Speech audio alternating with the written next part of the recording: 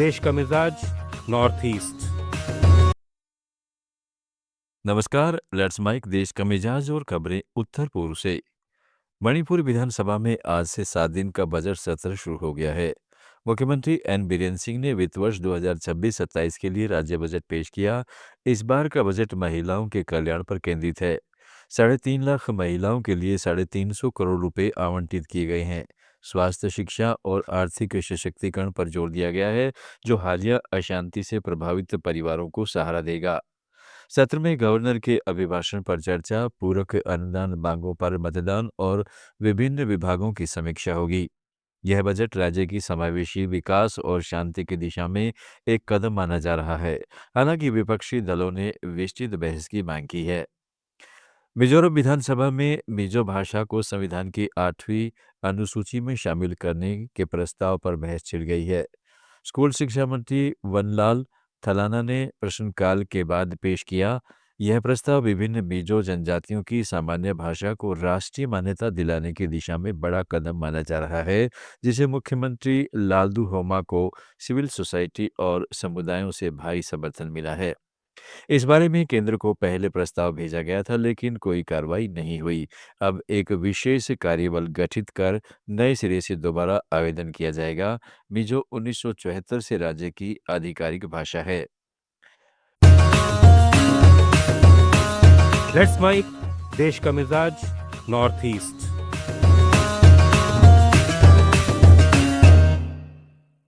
मेघालय के मुख्यमंत्री कोनराड संगमा ने दिल्ली के मालवीय नगर इलाके में नॉर्थ ईस्ट के 2 लोगों पर हुए कथित नस्लीय हमले की कड़ी निंदा की है। उन्होंने इसे घिनौना बताते हुए दोषियों के खिलाफ सख्त कार्रवाई की मांग की है। गौरतलब है कि साकेत जिला कोर्ट कॉम्प्लेक्स के पास पार्क में मणिपुर की एक युवा महिला और असम के एक ट्रांसजेंडर व्यक्ति पर कुछ युवकों ने नस्लीय टिप्पणियां की, जिनका विरोध करने पर मारपीट हो गई। महिला का सफदरजंग अस्पताल में इलाज कराया गया और उसकी हालत स्थिर है। संगमा ने सोशल मीडिया पर कहा है कि नॉर्थ ईस्ट के लोगों पर ऐसे हमलों को आम बात नहीं बनने देंगे। यह घटना राजधानी में हालिया एक अन्य रेसिज्म कांड के ठीक बाद हुई है। असम के मुख्यमंत्री हिमंत बिस्व शर्मा ने कहा है कि राज्य में सरकारी नौकरियों के लिए अब सिफारिशों की बजाय योग्यता, परीक्षाओं और मेहनत को प्राथमिकता दी जा रही है। पहले प्रभाव से अवसर मिलते थे, लेकिन आज मेहनत और योग्यता से ही रास्ता मिलता है। बीजेपी सरकार में बदलाव आया है। अब छात्र कनेक्शन की तलाश में नहीं, बल्कि कड़ी मेहनत पर भरोसा करते हैं। मुख्यमंत्री ने सोशल मीडिया पर लिखा कि इससे राज्य की अर्थव्यवस्था बेहतर होगी और युवा आकांक्षाएं मजबूत होंगी। अरुणाचल प्रदेश सरकार ने अवैध अप्रवासियों की घुसपैठ रोकने और राजस्व हानि बंद करने के लिए साप्ताहिक बाजारों को सख्ती से 1 दिन तक सीमित कर दिया है। 9 मार्च को जारी आदेश के मुताबिक ईटानगर, कैपिटल रीजन और पापुम पारे जिले में अब बाजार केवल शनिवार को लगेंगे। अन्य जिलों में डिप्टी कमिश्नर कोई एक दिन तय करेंगे। यह आयुक्त सौगात विश्वास के आदेश में कहा गया है कि बहुदिवसीय बाजारों से गैर स्थानीय विक्रेताओं की बढ़ती संख्या और सुरक्षा संबंधी जोखिम पैदा हो रहे थे, जिस पर आदिवासी युवा संगठनों ने चिंता जताई थी। गृहमंत्री की अध्यक्षता वाली उच्च स्तरीय बैठक के बाद यह फैसला लिया गया। सभी जिलों के अधिकारियों को तुरंत अमल सुनिश्चित करने का निर्देश दिया गया है। त्रिपुरा वर्किंग जर्नलिस्ट एसोसिएशन ने राज्यव्यापी संगठनात्मक दौरा शुरू किया है।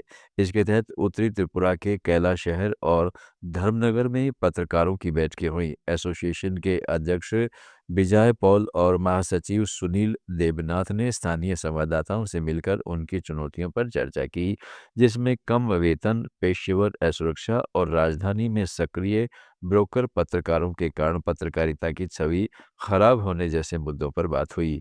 पाल ने कहा है कि कुछ स्वघोषित नेता राजनीतिक और आर्थिक लाभ के लिए पत्रकारिता का दुरुपयोग कर रहे हैं, जिससे सच्चे पत्रकार दबाव में काम करने को मजबूर हैं। देश का मिजाज में फिलहाल इतना ही। जुड़े रहिएगा लेट्स माइक के साथ। आप सुन रहे थे let's mike more than radio. Follow कीजिए हमें हमारे सोशल मीडिया प्लेटफॉर्म्स पर। It's time for news. It's time for more than radio. Presenting the first radio news app, Let's Mic. Let's Mic, a news